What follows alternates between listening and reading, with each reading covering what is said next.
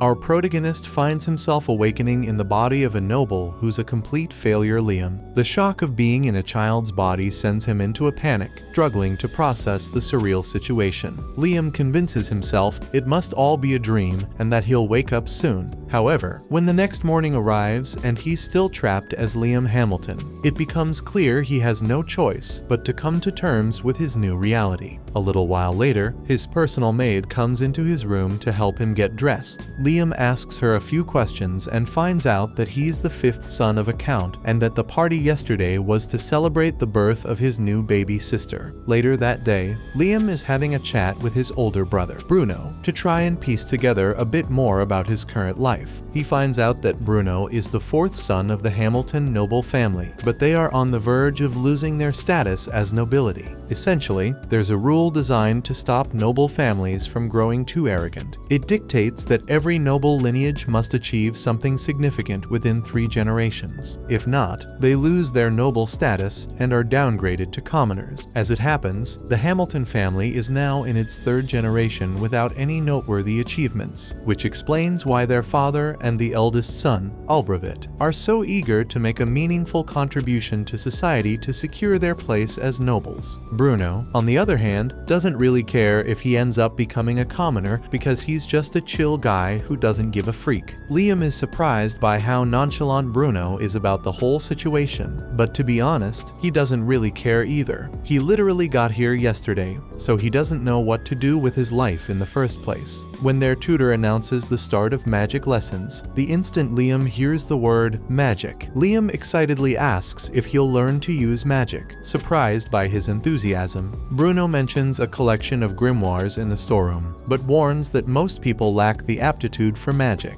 Still, the instructor encourages Liam to study, as understanding magic is valuable even without the ability to use it. Liam goes to find his maid and asks her to show him where the grimoires are. She leads him to the mansion study, and Liam is amazed by the sheer volume of knowledge present here. He looks through the shelves and finds a book about basic fire magic. He opens it and decides to try it out. After following the instructions in the book, Liam is able to create a flame on the tip of his finger, which is really impressive for a first attempt. Liam heads to his father's office to request permission to access the grimoire library, but his father, clearly uninterested in engaging with him, dismissively says Liam can do whatever he wants. While the exchange is somewhat discouraging, the key takeaway is that Liam now has permission to use the library. Over the following days, he dedicates himself to mastering all the basic elemental spells. In time, he becomes proficient enough to cast the spells without needing to reference the grimoire. Bruno is astonished because he can't use magic at all. He tells Liam he is amazing, and soon enough, he will be able to make a name for himself. However, Bruno is curious about Liam's motivations and asks him if he's trying so hard to learn magic because he wants to become the next family head. After all, that may make him a target for their elder brother, but Liam has no interest in the family politics of succession. He just thinks magic is cool.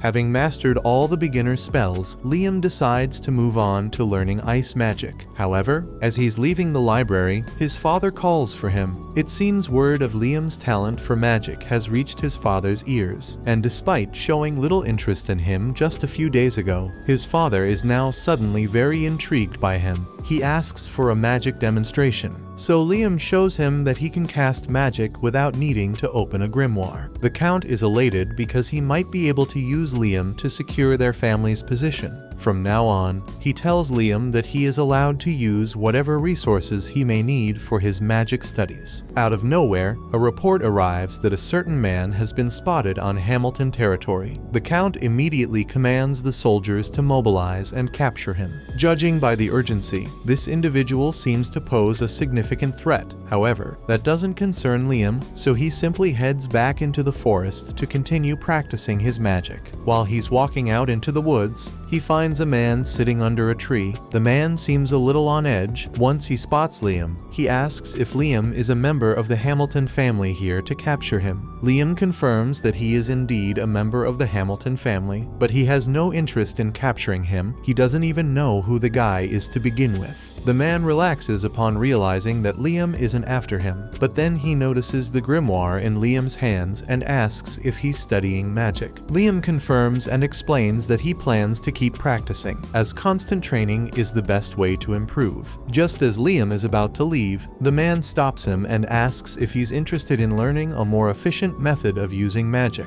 Intrigued, Liam presses him for details, and the man demonstrates a technique that enables him to wield 5 different types of magic simultaneously. Liam is deeply impressed, so the man offers him a quick magic lesson, which Liam eagerly accepts. The man is surprised by Liam's politeness, as nobles are typically known for their arrogance, though Liam is different, likely due to his recent reincarnation. For the first lesson, the man instructs Liam to draw 2 diagrams on the ground simultaneously. Liam follows the instructions and demonstrates a natural talent for it. The next challenge is expected to be much more difficult. The man instructs Liam to attempt casting 2 different spells simultaneously. Liam gives it a try, conjuring a flame cutter with his right hand and a fireball with his left. After visualizing the spells, he successfully casts them both at the same time on his very first attempt. The man is genuinely astonished, as it's incredibly rare for anyone to master this technique, especially on their first try. Encouraged by Liam's talent, the man urges him to push further and attempt casting 3 spells at once instead of 2. Liam gives it a try, and it seems to be working at first, but then his magic suddenly fizzles out, so Liam gets disappointed. However, the man assures him that he performed the technique properly, so the only reason the magic died out was because he doesn't have enough magic power in his body right now to sustain it. Casting multiple spells at once consumes an insane amount of magic power, so Liam just needs to learn to control his magic a little more to maintain the simulcast. For now, the man decides to give Liam a brief lesson on the nature of the technique. He asks Liam to sit down as he draws an illustration in the dirt. The drawing represents prime numbers, and the man explains that the multi-spell casting technique only works with these numbers. He admits he doesn't know why it works that way, but that's just how it is. Essentially, Liam can cast 1, 2, or 3 spells simultaneously, but attempting to cast 4 spells at once will fail, no matter what he tries. Right now, the man has a limit of 13 spells at once, which is unbelievably impressive. But honestly, he has enough magic power that he can easily go up to 16. However, due to the prime number rule, he can't activate any higher simulcasting until his magic power can accommodate 17 spells. Liam is currently 12, so the man is confident that with a solid training routine, Liam will be able to raise his magic power to great heights. To help him with that, the man offers him a special ring. The ring is essentially a colossal grimoire, packed with countless spells that Liam can study whenever he pleases. Excitedly, Liam slips the ring onto his finger, and over 300 spells flood into his young mind. Eager to test them out, he faces the forest and activates the wind shot spell, unleashing a powerful gust of wind.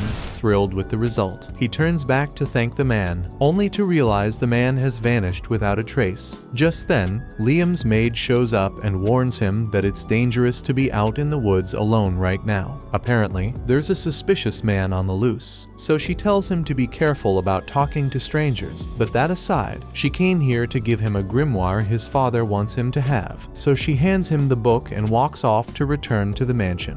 The man suddenly reappears behind Liam, prompting Liam to ask where he had gone just a moment ago. The man explains that he never actually left. He was using invisibility magic to stay hidden, as it's crucial that no one discovers him here. Moving on, he comments on how fascinating the grimoire Liam has just acquired and offers to teach him something new. He instructs Liam to open the grimoire and attempt summoning a spirit while wearing the ring he had just given him. When he summons a fire spirit, it gets absorbed into the ring. He does the same with all the other elemental spirits so he can ask for their help later. But by the time he's done, he realizes that the man is gone, and this time he won't be coming back. Before he left, he wrote a message for Liam in the dirt and told him, "Keep training your magic, and you will surely become a great mage in the future. And by the way, don't snitch on me. If anyone asks, I was never here." Liam doesn't know much about the man, but there's no denying that he gained more knowledge in one afternoon than he could have ever acquired on his own. For that reason, he will always regard the man with deep respect as his master. A month after meeting his master, Liam has improved significantly in his magic skills through consistent training. Bruno is astonished to find that Liam has produced white charcoal, a difficult and valuable material requiring extreme precision, using only magic. He is further impressed when he notices Liam also has a bag of Lecro crystals. These are crystals designed to restore depleted magic power. Bruno asks if Liam created them on his own, and Liam confirms it, though he admits it was challenging to perfect the technique at first since it requires casting 5 types of magic simultaneously. However, he eventually managed to get it right.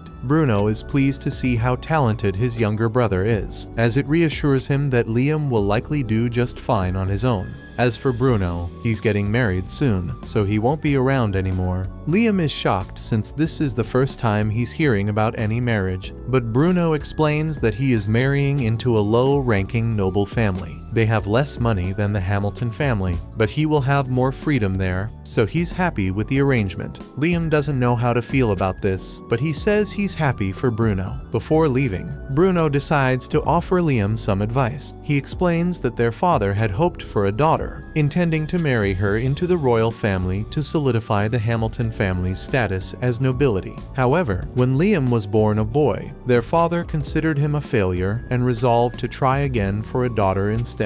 In the meantime, their father grew increasingly anxious about the family's position, so in a desperate attempt to achieve something, he sent out a force of 1,000 men to slay a monster that had been sealed away in the forest. However, that plan failed miserably, resulting in the loss of over 90% of the forces. Their father is still trying to gain an achievement for the Hamilton family, but personally, Bruno thinks the family is doomed. He wants Liam to think about a way to live independently. Liam takes Bruno's advice about becoming independent to heart and starts selling his creations to earn his own income. This turns out to be a smart move, as the white charcoal proves to be a valuable commodity and sells for a good price. However, Liam realizes he'll need something even more lucrative if he's going to make enough money to support himself fully. Since he's in town already, Liam decides to take a break at a noodle shop and asks for a bowl of ramen. The shop lady prepares one bowl for him, and Liam absolutely loves the taste, and so do a lot of people in town. But all the noodles here are made from scratch and don't last very long, so Liam comes up with a great idea to make some extra profit. After some experimentation, Liam heads to the kitchen where his maid and the head chef are preparing dinner and asks them to try his latest creation. He places a block of noodles into a bowl and explains that all they need to do is pour hot water over it.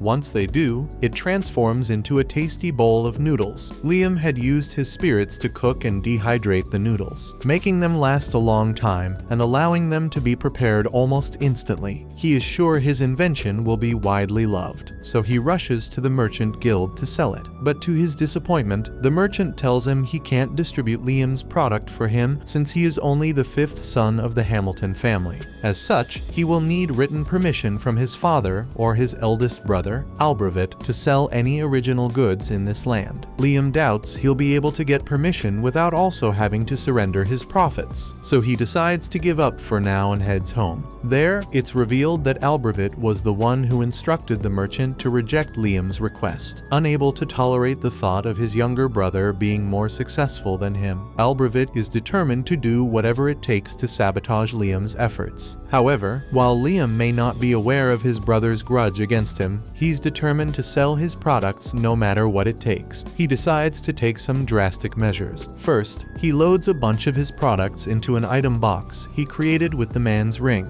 Afterwards, he begins casting summoning magic, but this time, instead of summoning a spirit, he intends to use it to summon himself. At first, it seems like the spell is going to function as teleportation, but instead, Liam ends up creating a perfect clone of himself and sends it to a neighboring territory. If he's not allowed to sell his products within the Hamilton region, he decides he'll simply sell them elsewhere. A few days later, Liam receives a message from his clone detailing the impressive sales it has managed to secure. At this pace, Liam is beginning to see real potential in achieving his independence. When Liam isn't busy selling his wares, he spends his time practicing attack spells using his clone. He's finally managed to master the control of the magic missile spell, which leaves him feeling quite proud of himself. Suddenly, he hears the sound of someone approaching. Quickly dispelling his clone, he heads out to see who it could be. To his surprise, the visitor turns out to be Albravit. Albravit wastes no time and immediately asks Liam what he wants to become in the future. Liam knows Albravit is only asking because he wants to figure out if Liam is really a threat to his position as the successor of the family. But as mentioned before, Liam has no interest in family politics, so he tells Albravit that he wants to become independent in the future. Albravit is relieved since he won't have to compete with Liam for succession rights if he becomes independent. To help him become independent as quickly as possible, he offers to put in a good word for him so he can join the Hunters Guild. Later that day, Liam makes his way to the Hunters Guild. The moment he steps inside, all eyes turn toward him, as the hunters doubt that someone as young as Liam belongs there. Ignoring their stares, Liam approaches the front desk to meet the guild master, who has already been informed about him by Albravit. Despite this,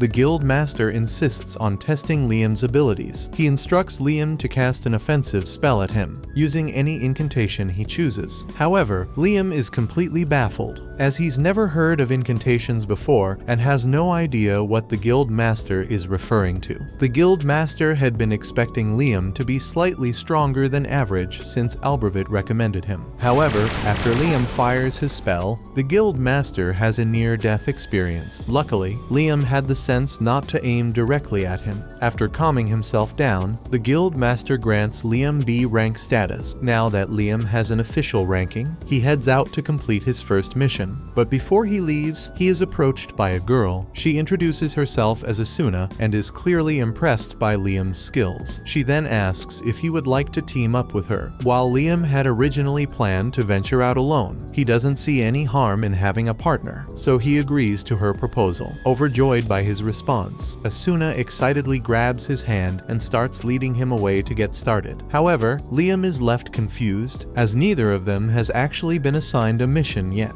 Asuna explains to him that missions are only handed out to parties that are a rank or higher. The rest of the ranks have to go out and slay dangerous monsters for a reward. As luck would have it, they just so happen to run into a wolf monster. Unfortunately, it turns out to be an entire pack of wolves, so Asuna isn't sure they'll be able to handle this many. Liam, on the other hand, thinks this should be an easy victory with the two of them. He asks Asuna to finish the wolves off once he has incapacitated them. Liam summons a pair of earth spirits and cleverly uses them as bait to draw the wolves' attention. When the wolves bite down, Liam commands the gnomes to expand, effectively locking the wolves' jaws in place. With the wolves immobilized, Asuna is free to take them down one by one. By the end of the fight, they've successfully eliminated a total of 42 wolves. When they present the carcasses to the guild master, he's thoroughly impressed by their teamwork and skill, so much so that he offers them a special mission. There's apparently an important person coming to town in a few days, so he wants Liam and Asuna to take out an armored caterpillar that has been blocking the path. There would be a disaster if an important person were to get hurt while visiting their town, so Liam takes this mission very seriously. They find the caterpillar fairly easily, but no matter what they try, they can't seem to kill it. All Asuna's strikes and all Liam's magic just bounce off its tough shell. If this keeps up, they'll never be able to take the thing down. During a break, Asuna jokingly remarks that the only thing capable of piercing the caterpillar's tough armor would be a meteor. Of course, she adds, there's no way they could summon a meteor strike here. Her comment sparks a brilliant idea in Liam's mind. He asks Asuna to draw the caterpillar's attention while he prepares something. Although she has no clue what Liam is planning, Asuna trusts him and begins distracting the caterpillar. Once it's in the perfect position, Liam opens his item box and releases a massive boulder, crushing the caterpillar in a single, decisive blow. The method was so effective, in fact, that they managed to kill a second caterpillar. Liam was worried there might be more caterpillars around, so he used a search spell after killing the first one, and sure enough, he found the second lurking nearby and killed it too. The guild master is so impressed with Asuna and Liam's performance that he offers to give them 5 times the original reward. A few days later, on the day day the important guest is scheduled to arrive.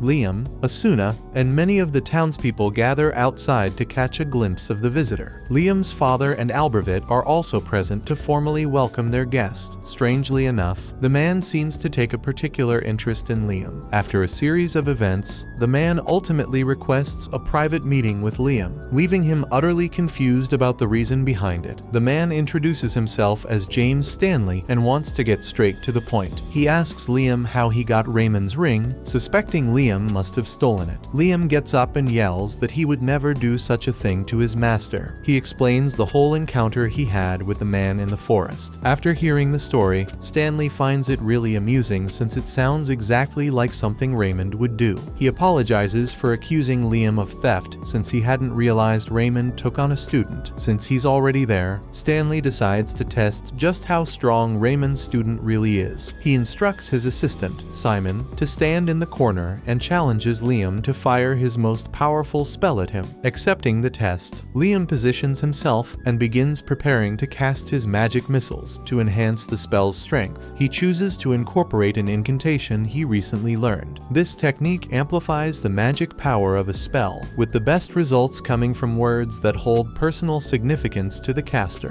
Liam begins reciting the names of his favorite idols. The incantation evidently works because Liam's spell casting is boosted from the usual 7 missiles to 11 at once. Poor Simon can't handle it, so the attack breaks through his shield and he gets hit. James is impressed with Liam's capacity for high-volume magic, so he offers him a reward and says he will be granted the status of a knight. Becoming a knight signifies that Liam is now independent, meaning Albervit will likely stop keeping an eye on him since he's no longer a threat to the line of succession. Meanwhile, James, who knows Raymond quite well, points out that Raymond has a penchant for playing practical jokes. He asks Liam if he's experienced anything like that recently. Now that he thinks about it, while training to master his item box, Liam accidentally used it to drain the lake in the forest. When he did, he discovered a letter left behind by Raymond. The letter was addressed to Liam and said that Raymond had wanted to give him 100 kilograms of gold as a graduation gift, but it all sank to the bottom of the lake. Instead, he decided to turn the gold into gold dust and mix it into the river. Liam thinks it was just a waste of all that gold to dump it into the river, but from what James knows about Raymond, there's probably more to it than just a practical joke, so it might be worth looking a little deeper into it. Taking James' advice, Liam returns to the lake and decides to drain all the water again. This time, he comes up with the clever idea of using his item box to separate the gold dust from the water. As he does, a hidden door is triggered. Inside, Liam discovers a note from Raymond explaining that the maximum level grimoire hidden there is Liam's true graduation gift for solving the riddle. Raymond admits that he was never able to master it himself, but he believes Liam might be able to make good use of it. Liam takes a look at the grimoire and finds an interesting spell called Another World. After several hours of trial and error, Liam finally manages to get the spell to work. The Another World spell creates a separate dimension over which Liam has full control. He can open a gateway anywhere, and no one can enter without his permission.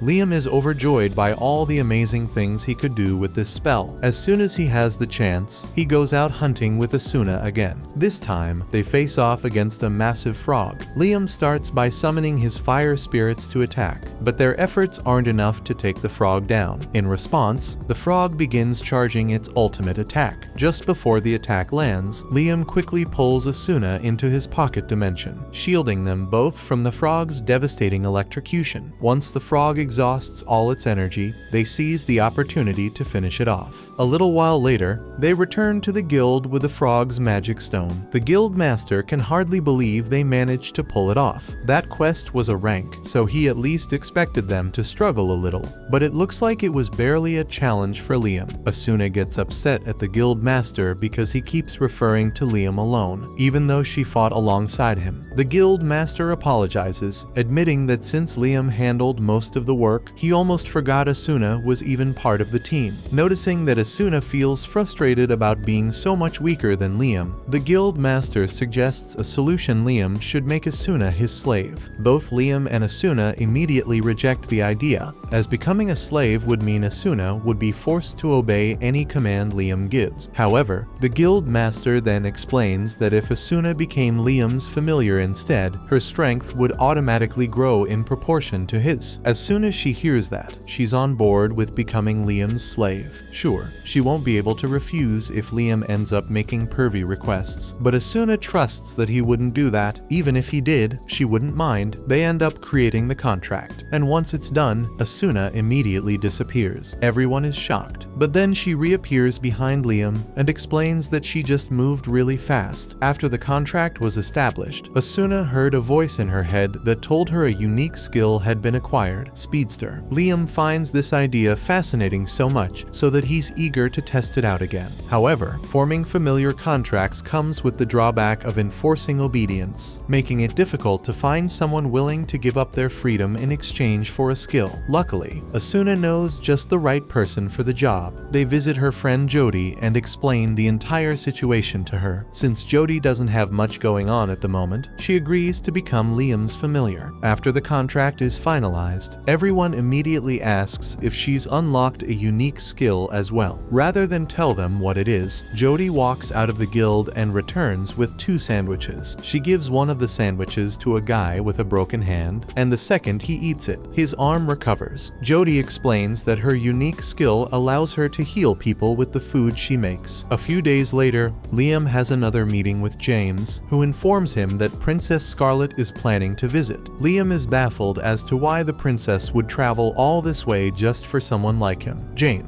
however, reminds him that he successfully completed an rank quest, can cast up to 11 spells simultaneously, and has the ability to grant unique skills to others by becoming their master. The princess is especially curious to see Liam demonstrate the abilities of his slaves. However, Liam outright refuses to do anything of the sort. James is stunned that Liam would even consider rejecting a request from the queen herself. However, Liam stands firm, explaining that while Jody and Asuna may be his familiars, they are also his friends, and he refuses to turn them into a spectacle for anyone's entertainment. Realizing Liam won't change his mind, James concedes and tells him he's free to go. After Liam leaves, it's revealed that the maid who had been quietly serving them throughout their conversation was, in fact, the princess in disguise. James apologizes to the princess for Liam's refusal, but to his surprise, she finds it intriguing that Liam would defy royalty to stand up for his friends. That said, she's curious to see if he'll maintain the same stance when speaking to her directly. The following day, Liam is summoned to an audience with Princess Scarlet, who is no longer in disguise. Liam knows he must tread carefully with his responses to her. Upon entering her palace, he kneels respectfully before her, but Scarlet wastes no time and gets straight to the point. She orders a seat to be brought for Liam, and remarks that she's heard of his impressive feats, defeating an armored caterpillar and a giant frog. What catches her attention the most is his ability to kill the frog without relying on high-level magic, a feat no one else has accomplished before.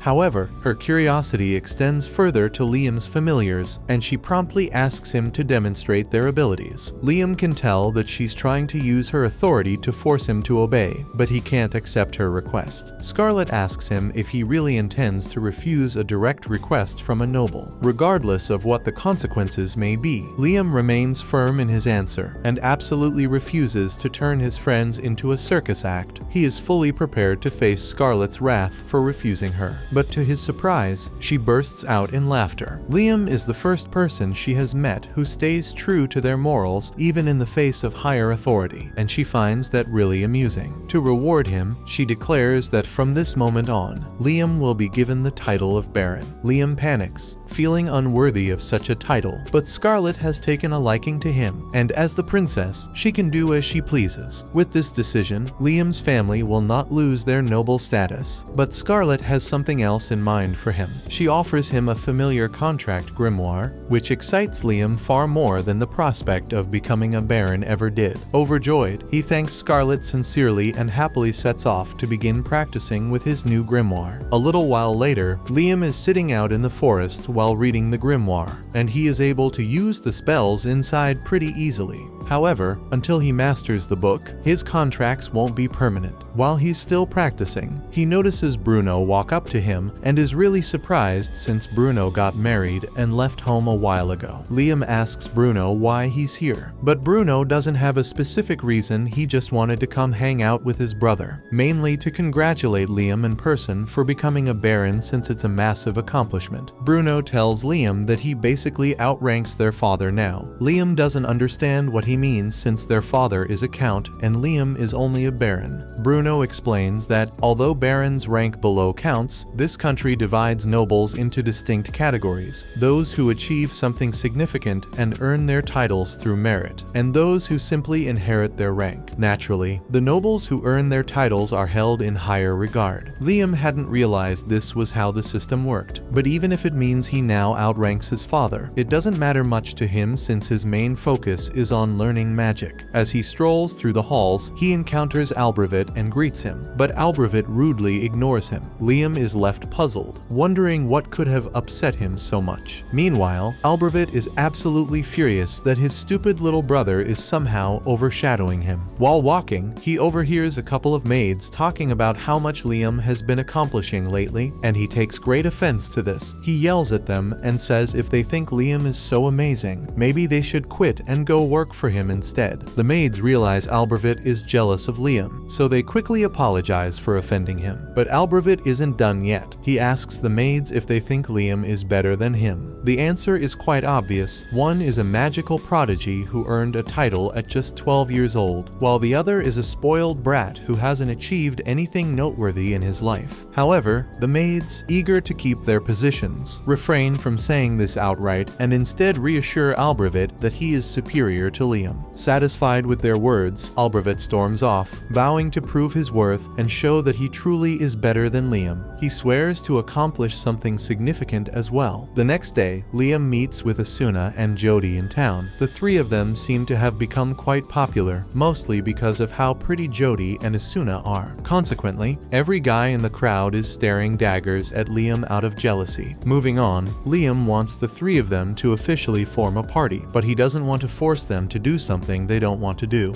so he asks if they're okay with it. Neither Asuna nor Jody have any reason to object to Liam's idea, so they agree to form a party with him. Later that day, they all head out into the forest on a mission. Jody fires her bow, landing an arrow in a wolf's neck, and as it weakens, Asuna charges forward and finishes it off with her sword. Liam praises Asuna, noting how much faster she has become since becoming his familiar. On the topic of improvements, Jody points out that she no longer suffers from old lady vision thanks to the contract making her young again. Liam jokingly asks if having improved vision is always a good thing. For Jody, the answer is a resounding yes, especially as an archer. Better eyesight is invaluable. Hearing this, Liam raises his hand and casts an enhancement spell on Jody's eyes, greatly increasing her ability to see farther than ever before. Asuna asks Liam about what he just did, so he explains that he just used a basic enhancement spell to give Jody better vision. Asuna thinks that sounds really cool, so she asks Liam to cast an enhancement spell on her as well. However, Liam doesn't think that's such a good idea. He could probably enhance Asuna's combat power, but it would be risky since there's a high chance she would break her bones under the stress of her new strength. Something like boosted vision, on the other hand, has no real drawbacks. With her 20/20ths vision, Jody can practically snipe anything within the range of her bow, and it's all thanks to Liam, so she's really grateful. After a long day of hunting, Liam and his group return to the guild, only to find the place in utter chaos. Curious and alarmed, they ask what happened and are informed that Albrevet caused a massive disaster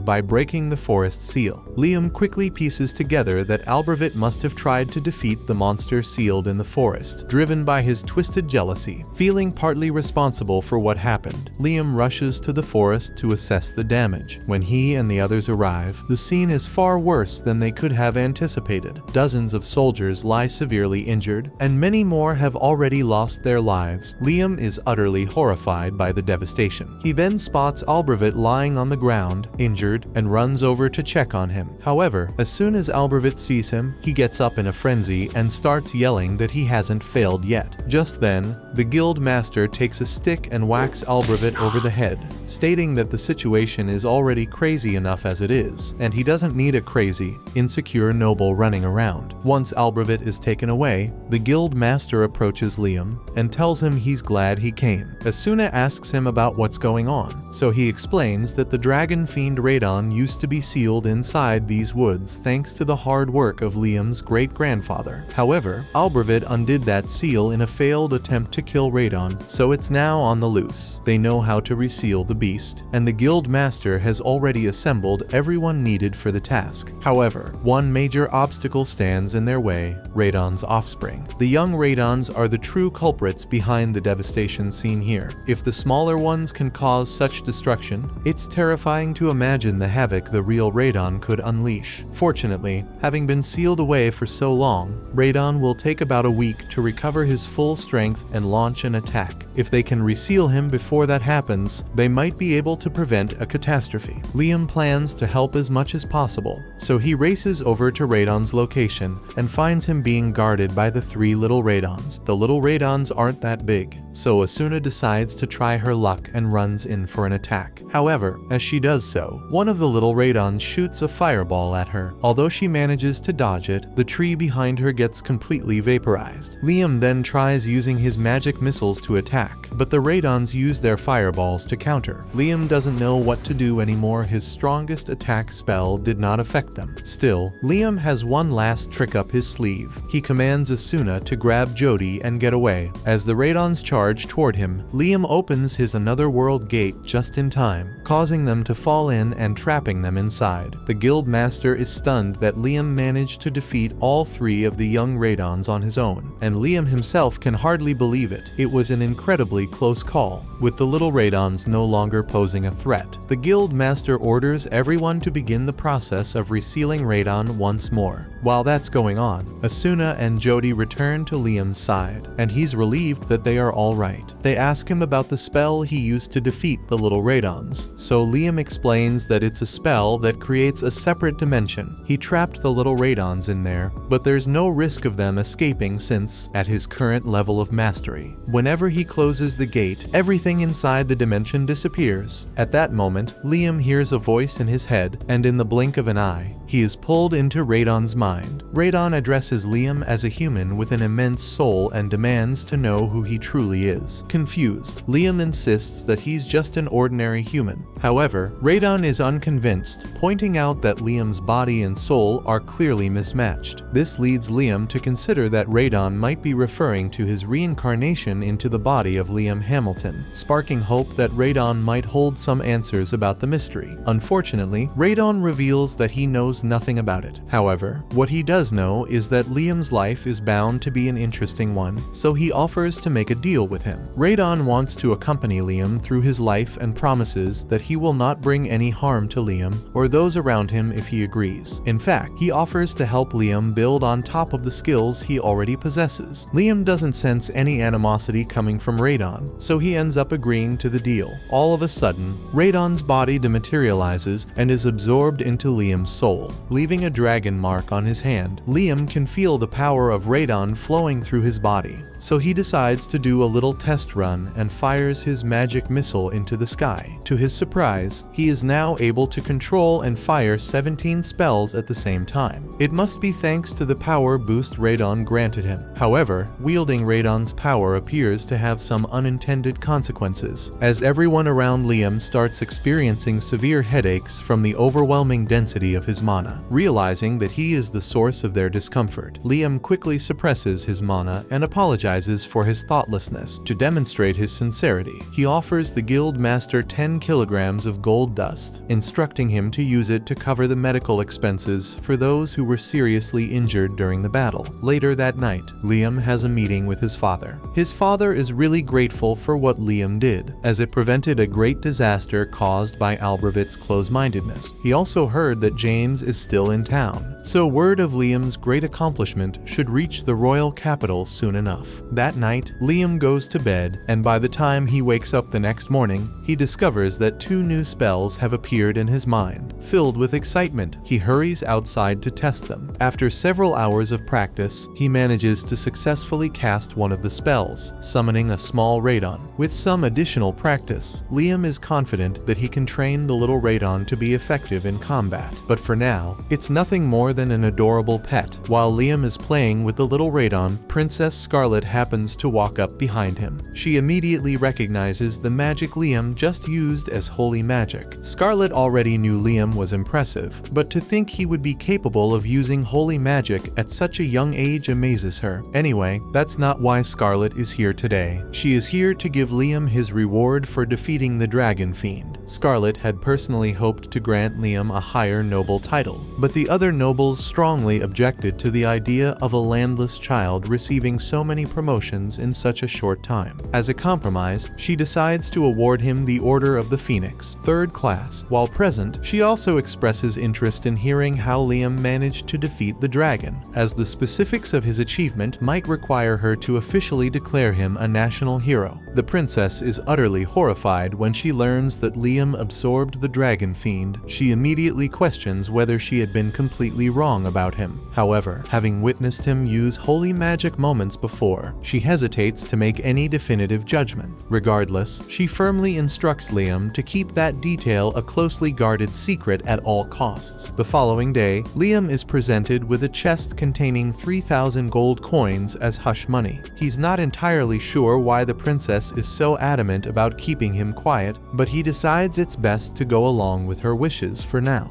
Of course, he had already received his hush money from the princess. Growing suspicious, James called for a meeting to question Liam about what happened. Liam initially tries to brush it off, denying that anything noteworthy occurred. However, for the princess to pay him such a large sum of hush money, it must have been a significant secret. James presses him further, and eventually, Liam cracks under the pressure, admitting that he can use holy magic. To prove it, he demonstrates one of his spells and explains that it can remove all negative status effects, including petrification and poison. James finds this incredible, though it's not entirely surprising, given that holy magic is regarded as a divine act of God. James asks Liam if he knows anything about the War of the Three Dragons, but Liam doesn't. So, James begins recounting the tale. Long ago, there was a battle between 3 mighty dragons that raged on until only one emerged victorious. According to legend, the dragon's triumph was largely attributed to its use of holy magic. Afterward, the dragon supposedly joined forces with a human, and its magic was instrumental in founding this kingdom. When James says join, Liam's first thought is that the dragon and the human got married and had children, but that's not the case. James clarifies, pointing out that Liam himself is a perfect example of what it means to join with a dragon. Now that he mentions it, Liam recalls that Radon did merge with his body, so technically, the two of them are joined. James tells Liam that he's essentially recreating the legend of this nation's founding. While that's undoubtedly incredible, there are more urgent matters to address. The Hamilton family's noble status was earned through their grandfather's supposed achievement of sealing away a dragon fiend. However, it has come to light that Radon was not a dragon fiend at all, but rather the founding dragon of the nation. This means Liam's family unjustly sealed the nation's founder. If this revelation were to become public, the Hamilton family's noble status would almost certainly be stripped away. Liam is determined to prevent that, knowing how desperate his father and Albrevit are to preserve their position. But there's something that James is even more concerned about, since there's a chance that Radon is angry about being sealed away, so he may be plotting his revenge against their nation. However, Liam has a little chat with Radon in his head, and Radon says he has no intention of retaliating against the humans, so all he is interested in is watching Liam develop. James says this is terrific news, and it wouldn't be a stretch to say that Liam is the savior of the kingdom for being able to grab the attention of Radon. A short while later, Liam arrives at the guild, but before he can step inside, the girls pull him away. Confused, Liam waits until they're a good distance from the guild before asking what's going on. They explain that the guild is overflowing with applicants trying to join their party after hearing about Liam's defeat of a dragon fiend. Many of them had been pleading with Asuna and Jody to convince Vincent. The two of them compiled a list of all the potential candidates, though, to be honest, none of these adventurers seem particularly impressive. Still, as the party leader, the final decision rests with Liam. After that, Liam decides to head back to his house to read through the list. But as soon as he walks through the door, one of the maids says she has something to show him. These are all requests from the girls of various noble families because they want to become Liam's wife. Liam had kind of expected this to happen since he's popular now, but this many is more than he's prepared to handle. Even his brother is bringing him a letter at this point. But thankfully, he's not the one trying to marry Liam. It's one of the relatives of the family he married into. While they're talking, Bruno asks Liam what he did, as it's definitely not normal to receive so many marriage proposals at once, even if he did defeat a dragon. The only people Liam has confided in about the holy magic are the princess and James. But the large sum of hush money the princess gave him has led the other nobles to suspect that something significant is going on with him. It's a bit of a hassle, but Liam can't deny that he's thoroughly enjoying all the newfound popularity. Later that day, Liam heads out into the forest with Jody and Asuna because he has something he would like to show them. He opens his pocket dimension, and upon entering, Asuna and Jody find a huge house in the middle of the room. Liam explains that he had a carpenter build it, and then he moved it in here using his item box, and that's all impressive. But Asuna is concerned that the house will just disappear like what happened with the little radons back then. Liam explains that he has fully mastered this spell, and nothing inside will disappear anymore, which is why he put all this stuff in here. Liam gives Asuna and Jody a tour of the house, and they both seem to be enjoying it. However, Jody points out that the constant brightness in the place would make it difficult to fall asleep. This gives Liam an idea. He decides to summon a shade spirit to darken the area. While it does work, it works a little too well, plunging the entire house into complete darkness. To fix this, Liam summons a fire spirit to light the fireplace, but the result still looks more like a setting straight out of a horror movie. So he asks the shade if it can control the level of darkness it creates. Unfortunately, the shade is low level, so it doesn't have control over its darkness, and although a mid-level shade would be able to do it, Liam hasn't learned the spell to summon one yet. Asuna thinks it's a real shame that the low-level shade can't just become a mid-level one. That's when Liam remembers that his familiar contracts level people up, so he forms a contract with the shade, and it indeed levels up. The shade thanks Liam for forming a contract with it, and now as a mid-level spirit, adjusts the darkness in the area to resemble nighttime instead of complete blackness. It then tells Liam that he can summon it anytime. However, Liam admits that he's unsure if he'll be able to summon the shade again, as he doesn't know how to use mid-level spirit magic. The shade then points out that Liam is wearing a magic storage ring, which he can use to absorb and summon it whenever he likes. Liam hadn't considered that, so he gives it a try, and sure enough, the ring successfully absorbs the mid-level shade. He then does the same thing with all the other spirits and levels them up before storing them in his ring. So Liam now basically has a mid-level summoning grimoire of his own. The next day, Liam heads out into the forest at Radon's request, and once he gets to the designated spot, Radon asks him to summon one of the Radon Juniors. Liam summons it, and the Radon Juniors create an opening in a barrier that reveals dozens of pixies that have been hidden in the forest. As soon as the pixies realize Liam is human, they immediately start flying away to avoid getting hurt. Liam tries to reassure them, explaining that he isn't their enemy. He mentions that Radon is the one who sent him here, and upon hearing Radon's name, the pixies begin to trust him a bit more. Pixie wings are valuable ingredient items in potions, so humans almost hunted them into extinction at one point. That's why Radon took it upon himself to protect them by creating a barrier in the forest. However, since he's now living inside Liam, he can't maintain the barrier anymore, so he wants Liam to protect the pixies in his place. To do this, Liam first wants to form familiar contracts with all the pixies, so he asks them if they are okay with that. The pixies trust Liam since he is working on behalf of Radon, and since he's going to be forming contracts with them, Radon asks Liam to give them names as well. since naming things gives additional power to human magic. Liam forms a contract with a pixie and decides to name her Rihanna. However, to his shock, as soon as the contract is completed, Rihanna transforms from a pixie into an elf. Radon finds it fascinating that the pixie evolved into an elf, though he isn't particularly surprised. Liam, on the other hand, is completely baffled and can't understand how this happened. Radon explains that forming a magic contract and naming the pixie simultaneously caused the magic power from both actions to resonate, creating a much stronger effect than usual, which led to the pixie's significant evolution. Moving forward, Radon advises Liam to name every familiar he contracts with. After seeing the effects of the contract, all the other pixies are eager to form a contract and ask Liam to name them as well. Once all the pixies have been turned into elves, Rihanna asks him for some orders since they are his familiars. Liam hadn't really thought that far ahead since he just came here at Radon's request, but since the pixies are all elves now, he suggests that they should start building a village for themselves. He also appoints Rihanna as the leader of the village since she was the first pixie he evolved, and she's the only one whose name he remembers right now. With everything settled, the elves begin planting their village, while Liam, completely drained, struggles to recover after expending so much magic power forming all those contracts. Just then, he senses a strong surge of magic deeper in the forest and decides to investigate. He discovers a golden fruit hanging from a tree, radiating an immense amount of mana. Curious, he asks Rihanna about it, and she explains that it's a fruit created by pixies. They gather mana floating in the air and condense it into a single form, essentially creating mana honey. When Liam asks if he can eat it, Rihanna has no objections. He cuts the fruit down and takes a bite. As soon as he does, not only is his magic power fully restored, but his overall magic capacity increases significantly, allowing him to cast 19 spells without chanting. The next day, Liam comes back to the village to check on how things are going, and Rihanna comes out to greet him. But she has some bad news. Even though he told them to build a village for themselves, they don't actually know how to build houses, so this is the best they could do. Liam figured something like this might happen, so he's prepared to teach them how to build homes for themselves. However, his lesson is interrupted when they hear one of the elves scream for help. Bandits happen to make their way into the forest, and as soon as they spotted an elf, they decided to kidnap and sell her off for money. Liam isn't about to let that happen, so he demands that the bandits release Susie immediately, but being bandits, they ignore him and try to attack instead. In response, Liam summons a clone and uses it to launch a simultaneous attack, quickly knocking them out. Although he manages to save Susie, he comes to the realization that this forest is far too dangerous for the elves to live in. He decides to relocate them somewhere safer and considers using his pocket dimension for now. However, he's unsure if it will be big enough to hold everyone, as the space wasn't that large the last time he checked. When he looks inside, though, he discovers that it has significantly expanded, most likely due to the pixie honey he ate the previous day.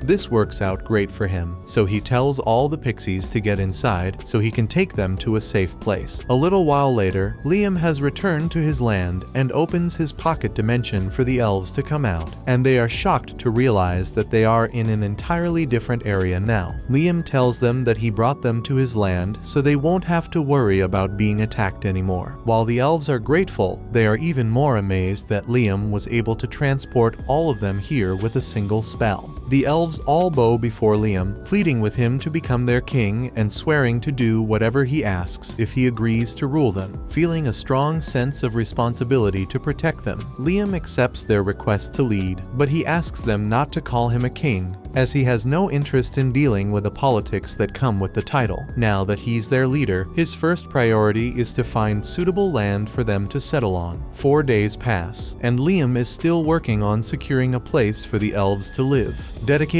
much of his time to relentlessly practicing the new magic Radon taught him. When he finally figures it out, he tells everyone to line up. He then proceeds to teleport them all about 100 kilometers from where they were before to a place called the Sealed Islands. Radon is the one who sealed this land, but he has permitted them to use it as much as they like. This would have been a 4-day trip if they traveled normally, but with the teleportation magic he learned from Radon, he can instantly travel to any location he has been to before. He tells the elves that they can live here from now on, but he's still going to need someone to build houses for them. For now, Liam leaves the little Radons in charge of protecting the elves while he's away and teleports back home. Once there, he is visited by the princess, who asks if Radon ever mentioned a place called the Promised Lands. Liam admits he's never heard of the Promised Lands, but he does recall that Radon gave him permission to use a location known as the Sealed Lands. The princess then asks if Liam can take her there. Liam agrees but says he'll need something from her in return. He requests that she bring one of the court engineers, as there's a project he needs their help to complete. Instead of taking the actual engineer, Liam creates a clone of Golak and teleports both the clone and the princess with him to the Sealed Lands. Upon their arrival, the princess is convinced that this must be the Promised Lands. She begins recounting the legend, which states that humanity's salvation lies in the Promised Lands, and that a ring, passed down through the royal family for generations, is said to be the key. However, the ring starts reacting to Liam. When he touches it, a massive section of the land begins to float at his command. Overwhelmed, the princess bows before him and pleads with Liam to establish a nation here for the salvation of humanity. Liam really doesn't want to take on the responsibility, but the princess pledges her loyalty and offers all of her resources to support the endeavor, leaving him with no choice but to agree.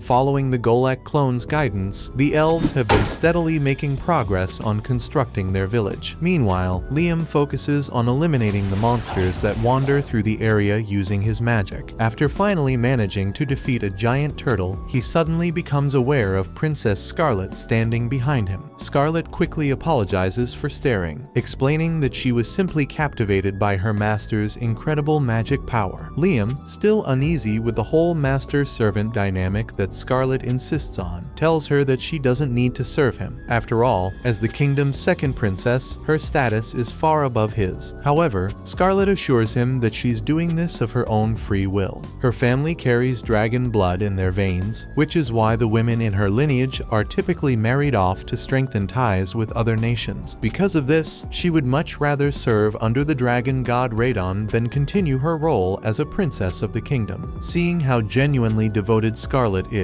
Radon takes a liking to her and instructs her to walk 1 kilometer north, hinting that she'll find something there that may interest her. Following Radon's instructions, Scarlet and Liam make their way through the forest until they come across the entrance to some ancient ruins. Venturing inside, they discover a massive metal dragon resting in the center of the room. As they step closer, the dragon suddenly stirs and appears ready to attack. Confused, Liam quickly turns to Radon and asks what's going on. Radon explains that this creature is one of the guardians he created, and it will undoubtedly attack them. However, if Liam can remove one of the ancient letters inscribed on its forehead, the dragon will become a loyal companion. That sounds simple enough, so Liam quickly teleports to the dragon's forehead and, using a holy lance, successfully pierces one of the letters, instantly disabling the dragon's defense mode. The dragon instinctively reacts to the dragon blood running through Scarlet's veins and chooses to obey her. Overjoyed, Scarlet gladly accepts the dragon as her guardian. However, when Liam mentions that he's heading back to the surface, Scarlet decides to stay behind for a while, as she doesn't want to leave her dragon alone until it has fully recovered from the wound caused by Liam's attack. Liam still can't get used to the idea of having someone as important as Scarlet serve him, but Radon suggests that Liam just needs to become someone equally as important. That way, it wouldn't be awkward anymore. But that's definitely easier said than done. At that moment, Liam senses a disturbance coming from the direction of the village the elves are constructing, so he immediately teleports over to investigate. To his shock,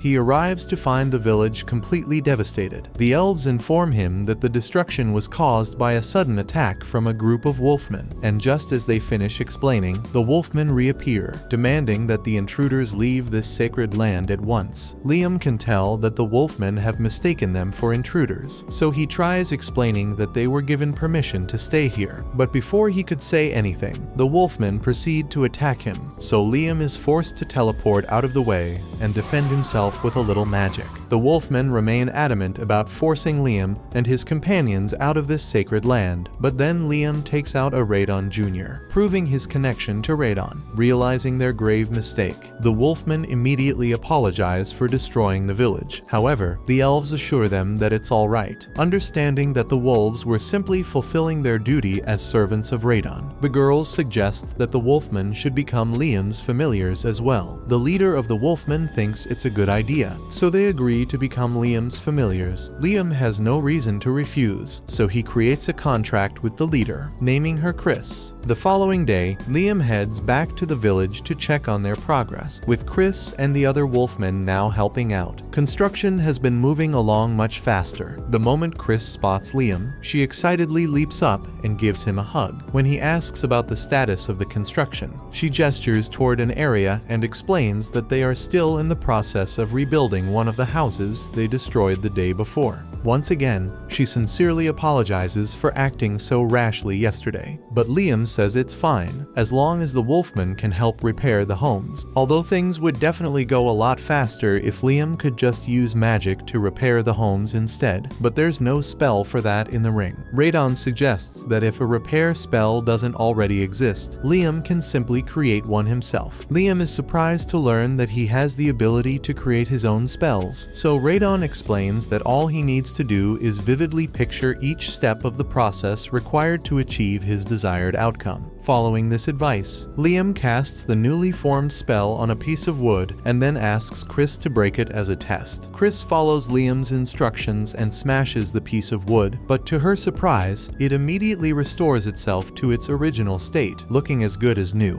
Liam then explains that this is the result of the spell he just created, Keep Memory. This spell allows inanimate objects to retain a specific state no matter what happens to them. By casting it on the village homes, he ensures that the buildings will remain standing, no matter what damage they might endure. After getting the hang of creating spells, Liam starts experimenting with various types of magic and eventually develops explosive magic missiles. He plans to continue crafting even more spells, but just as he's about to, he is suddenly interrupted by an urgent summons. Something has happened, and it's an emergency. Humans have invaded the land and are hunting down some pixies that live here. This is really serious, so Liam rushes out to investigate and discovers the intruders. He stands in their way and warns them to turn back because this is his nation. The men think Liam is just a stupid child, so they ignore him and continue moving. But then, Liam fires a warning shot to make it clear that he's not messing around. The men don't take kindly to this, so instead of just turning around and leaving, they decide to attack. They leave Liam with no choice but to take each and every one of them out. Once all the soldiers have been dealt with, Liam heads back to the village, where Rihanna expresses her gratitude for protecting the pixies. She explains that these pixies originally lived in the forest, but after being attacked by soldiers attempting to capture them, they fled here seeking refuge. Liam assures them that they are welcome to stay as long as they like, and even offers to form contracts with them. However, with so many pixies present, Liam ends up spending a significant amount of time naming them, and he's starting to run out of ideas. The following day,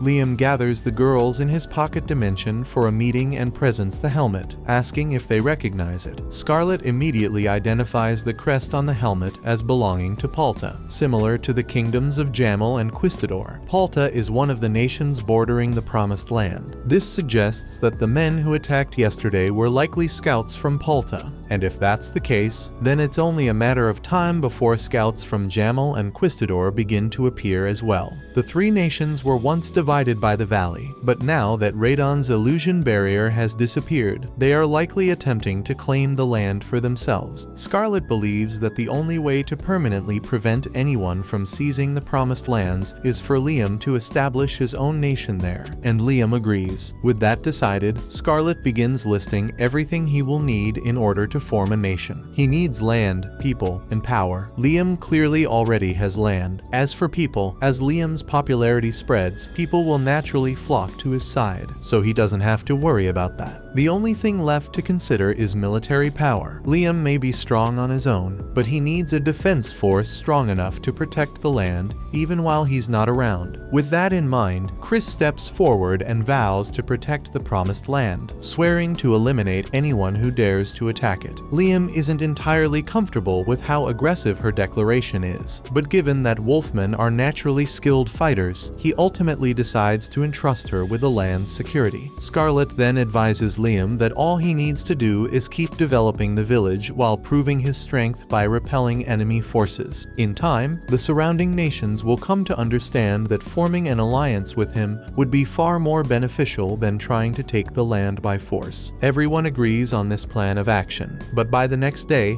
things had progressed far quicker than Liam thought they would. He's met by a man named Leonardo, who introduces himself as a noble from the Jamel Kingdom, sent here by the King of Jamel to meet with Liam. He explains that the Kingdom of Jamel does not want to fight with him, so he is here in hopes of forming an alliance, and if Liam agrees, the King of Jamel is willing to offer Liam Princess Scarlet's hand in marriage. Liam finds the offer a bit suspicious since he hasn't done anything to earn such recognition yet. Given Scarlet's previous actions, Jamel must have figured out that these lands are somehow connected to the dragon god, which could explain why they're trying to get on his good side. However, Liam still isn't certain about how to respond, so he quickly creates a telepathy spell on the spot and uses it to communicate with Scarlet, asking if she thinks accepting their offer would be a wise decision. Scarlet tells him he should accept since, if the two of them got married, it would at least buy them half a year of time to expand their nation. Liam takes her advice and tells Leonardo that he would be honored to marry Princess Scarlet. However, he wants to postpone the marriage for a year, so he can fully develop his nation into something worthy of the royal family. Leonardo says he understands and leaves to relay Liam's statement to the king. Now that that's been taken care of, Liam decides to visit Princess Scarlet's mansion over in the royal capital, but it's a really long journey to get there, so he had Scarlet escort his clone back, and once the clone arrived, it teleported the real Liam there. Now that Liam has visited Scarlet's mansion, he can return whenever he wants. Since this is his first time in the royal capital, he would love to explore the city, but as the ruler of another nation,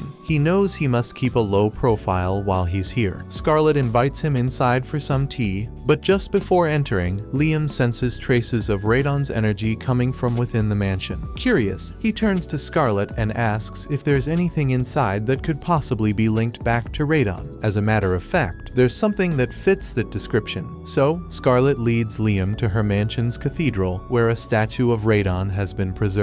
The statue has been passed down through Scarlet's maternal family for generations, but Radon had no idea this thing was still around since he had forgotten about it millennia ago. He instructs Liam to approach the statue and cast an all-clear spell on it. As soon as Liam does, the statue begins to glow before suddenly transferring onto Scarlet's body. Looking down at herself, Scarlet realizes that she is now clad in a powerful-looking suit of armor, and for some reason, she can feel an overwhelming surge of strength coursing through her. She attempts to cast one of Liam's spells and launches a holy lance. She manages to complete the spell, but it leaves her completely exhausted since she had to deplete all her mana to do it. Even so, the fact that she actually managed to cast the spell is amazing since she never could have done that before. Radon explains that the armor Scarlet just wore was designed to enhance the abilities of its wearer while also granting them access to some of Radon's holy spells. However, Scarlet's body doesn't yet seem strong enough to fully harness the armor's capabilities after all. This is the golden armor, the most powerful of all the armor sets Radon ever created. She could likely handle one of the lower ranked armors, but unfortunately, all of them were lost in battle, meaning there's no way for her to obtain one. Liam doesn't think that will be a problem since if Radon created the armor to begin with, then all Liam needs to do is recreate it so Scarlet's body can handle its power. Radon finds Liam's enthusiasm amusing, so he agrees to help him recreate the armor and tells him the first thing he will need is some high mithril. Liam asks Scarlet if she can obtain some high mithril for the armor, which shouldn't be an issue for her. With that settled, Liam immediately gets to work. After putting in some effort, he finally crafts a set of armor perfectly suited for Scarlet. He then hands it over and lets her give it a try. First, she needs to establish a contract with it, so Liam instructs her to spill some of her blood onto the statue. Once Scarlet follows his directions, her body is once again enveloped in magic armor, only this time she can cast Radon's spells without collapsing. Radon is impressed by how effortlessly Liam was able to replicate his armor. Since they're on the subject, Radon tells Liam about the most powerful armor he ever created, the Ruin Guardian. This is the very set he wore during the War of Gods years ago, and he urges Liam to give it a try,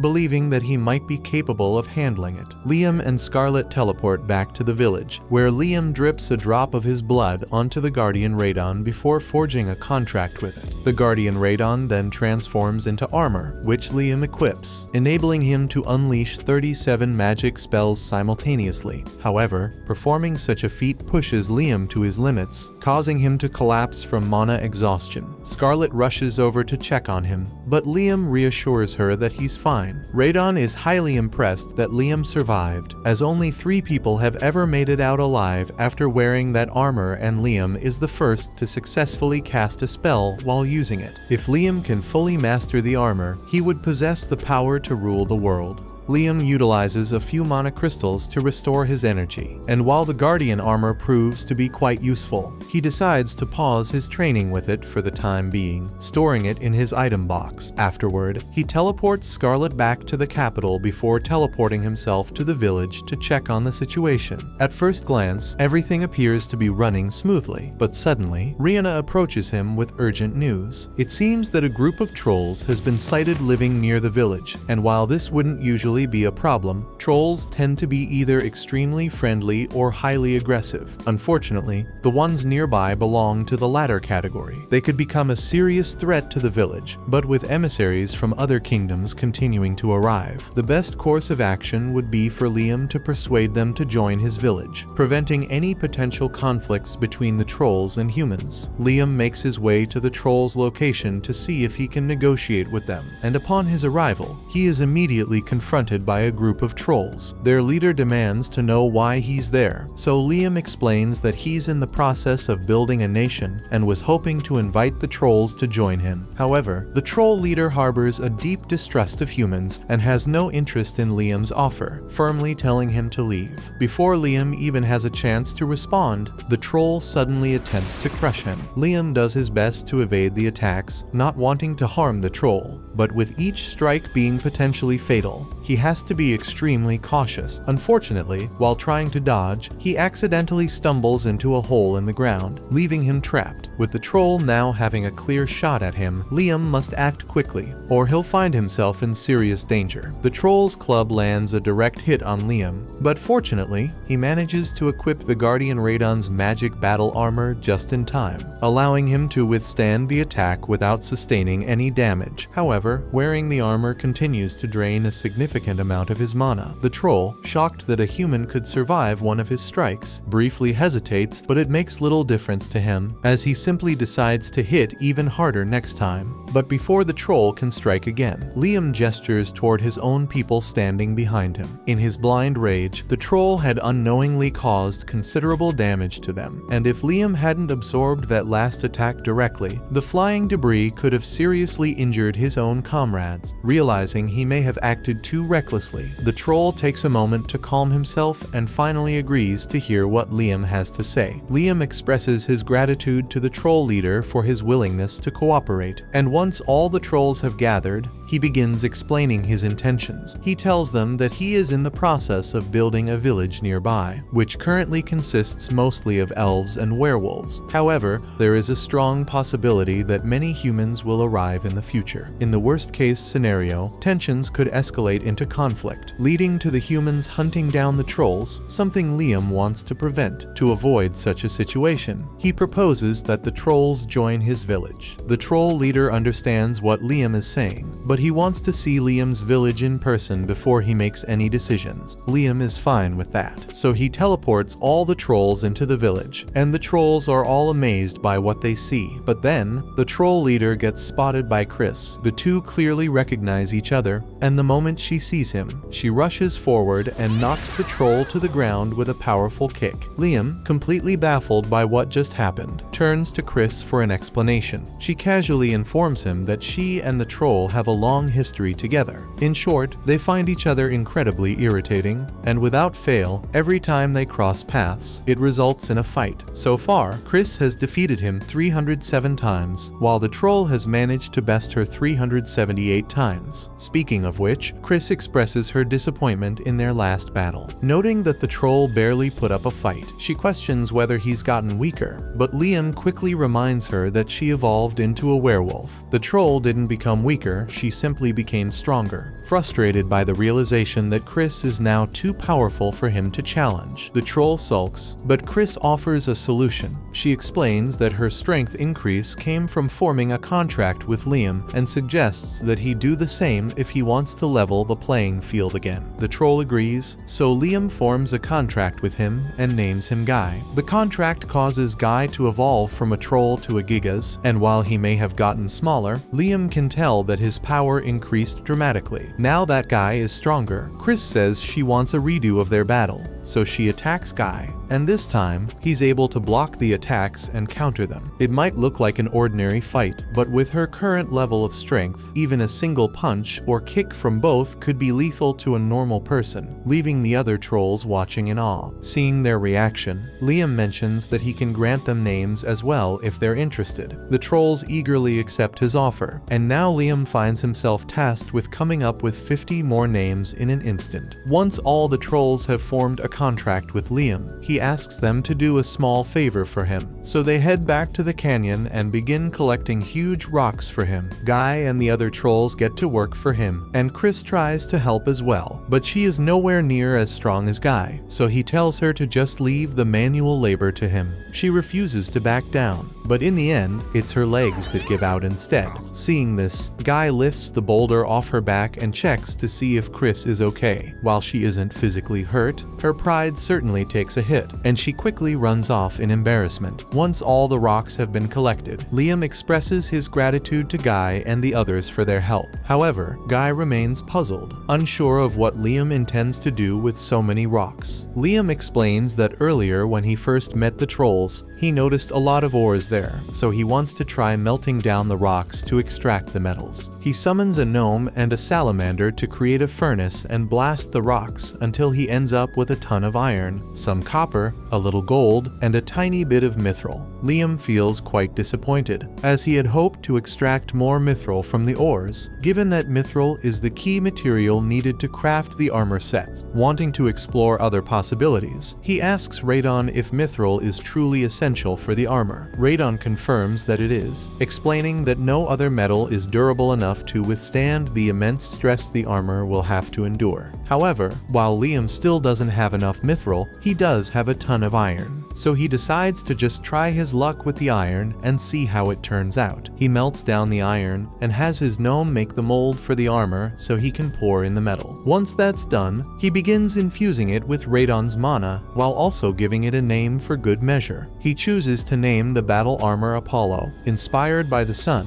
and once it's removed from the mold, it becomes clear that the Apollo battle armor was designed in the shape of the sun. Liam believed that giving it a name that aligned with its form would make it more meaningful, and it seems his intuition was correct, as the armor's creation turned out to be a success. However, Liam runs into a separate problem that evening. Even though he successfully made battle armor out of iron, he still needs to come up with individual names for the armor sets for them to work, and he is all out of ideas for good names. After racking his brain all night, Liam was able to make 15 sets of armor, so he decided to distribute them evenly among the elves, werewolves, and trolls. trolls. Everyone assembles outside to put their new armor to the test in mock battles, with both Guy and Chris clearly enjoying themselves as they feel stronger than ever. Meanwhile, a group of bandits unknowingly wanders into the forest, and the moment they lay eyes on the elves, they instantly hatch a plan to capture and sell them for profit. However, they must be out of their minds because they think it's a good idea to threaten the elves here, even though there's a group of trolls and werewolves right next to them. The leader of the bandits declares that he will be taking the elves with him, and as long as they cooperate, he won't have to hurt them. Liam considers stepping in, but before he can make a move, Rihanna stops him and insists that they handle this themselves. She then calls over Mina, one of the weakest elves, and instructs her to take care of the bandits. Under normal circumstances, Mina wouldn't even be able to hurt a fly,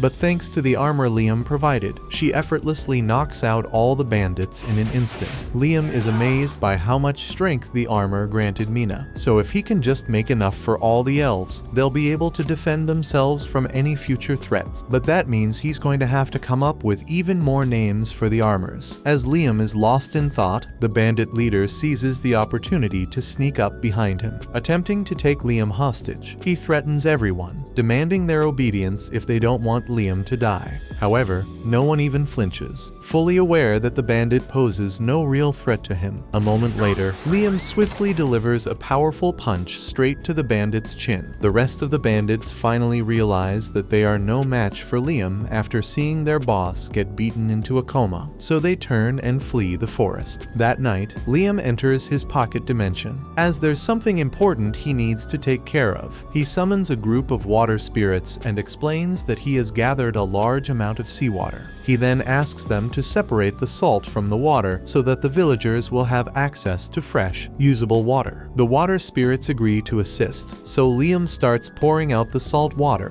while they begin the purification process. However, one of the water spirits approaches him with something to say. At first, Liam doesn't recognize her, but she quickly explains that she was the very first water spirit he formed a contract with. She then expresses her gratitude, telling him that ever since she evolved thanks to him, she has been able to accomplish far more than before. She was even learning to possess physical objects now, although the spirit monarch doesn't like it when spirits interfere with the physical world too much. Liam is intrigued after hearing that there's a spirit monarch, but he is even more interested in the fact that the water spirit can possess objects. From the mid-level onward, spirits gain the ability to possess objects, and equipment imbued with a spirit's power is known to be exceptionally strong. This gives Liam an idea. He turns to the water spirit and asks if she'd be willing to assist him with a small experiment. Without hesitation, she agrees, eager to help. Liam first names the water spirit Zero to gain an extra buff. After that, he crafts another battle armor in the form of a water spirit and has Zero possess it. With this, he successfully creates possessed battle armor. Following the same process, he repeats it with the fire and earth spirits, then hands over all 3 armor sets to Reanimize, Chris, and Guy. This significantly boosts their power once again, and they are all eager to use their strength in Liam's service. However, while Liam is doing this solely to ensure he can defend his nation, he has already gathered enough military might to conquer all the surrounding nations if he wishes, and he has no intention of stopping anytime soon, as the pursuit of magic is the only thing that truly matters to him. Now that most things in Liam's kingdom have been taken care of, he finally decides to return home after quite some time. Upon arriving at the guild, he is immediately confronted by Jody and Asuna, both of whom are quite upset with him for vanishing for weeks without saying a word. Liam offers an apology, explaining that he had so much going on that he completely forgot to inform them. Asuna reassures him that it's not a huge issue, but what really matters is that he hands over their money. At first, Liam has no idea what they're referring to, but Jody quickly reminds him that they had entrusted him with some money a while ago. Back when Princess Scarlet first gave Liam his hush money, he had gathered Jody and Asuna for a meeting to inform them about it. During that meeting, he also intended to give them their share, which was a massive chest packed with gold coins. Asuna and Jody were initially reluctant to accept the hush money, as they literally had no choice but to keep Liam's secret anyway. He could simply order them to stay quiet if he wanted to. However, Liam had no intention of giving them any orders and simply told them to take the money. In the end, Asuna and Jody Jody agreed to accept it. But since carrying around that many gold coins would be risky, they decided it would be safer for Liam to hold on to it until they needed it. And now, that time has come. Liam agrees to hand over the money, but can't help but wonder what they plan to spend such a large amount on. Neither of them responds right away, but a few moments later, they take him to a grimoire shop and surprise him with a gift. As Liam examines the grimoire, he quickly realizes that he has never come across this spell before. Grateful for their thoughtfulness, he sincerely thanks Asuna and Jody.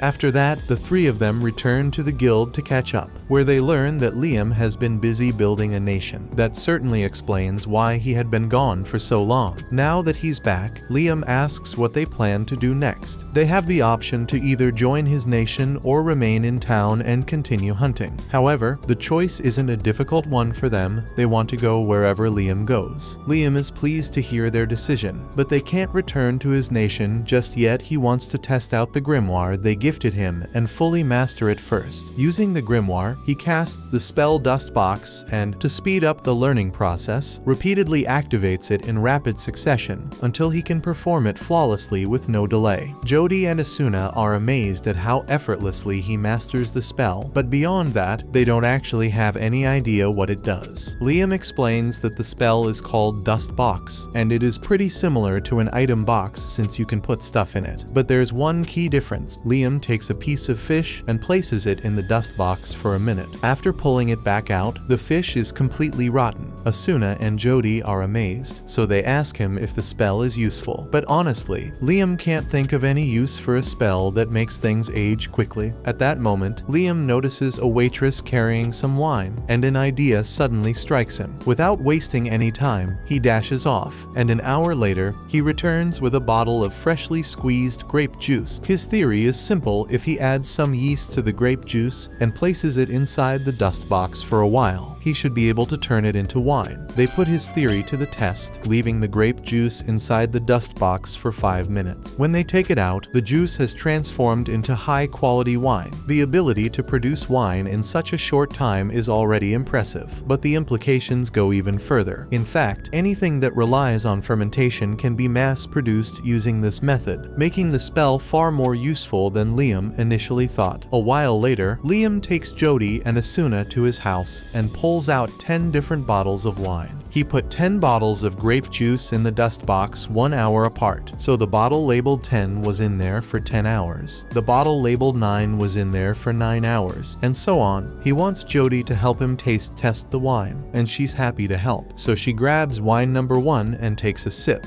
Then number 2, then 3, 4, all the way to 10. In his past life, Liam had quite a fondness for alcohol, so he can't help but feel a bit envious that Jody gets to enjoy the wine instead of him. After finishing her tasting, Jody excitedly remarks that the bottle aged for 1 hour has the taste of a 1-year-old wine, while the bottle aged for 10 hours resembles a 10-year-old wine. This confirms that every hour inside the dust box equates to a full year of fermentation. Now that Liam has figured this out, he can significantly optimize his production process. Asuna feels a pang of jealousy that Jody is the only one allowed to taste the wine. But since Jody is an adult while she and Liam are still too young, there's nothing she can do about it. With his experiment now complete, Liam takes Jody and Asuna to his nation, where he introduces them to everyone. The villagers warmly welcome them, and to celebrate their arrival, they organize a grand feast in their honor. Various species contribute their favorite dishes to the banquet.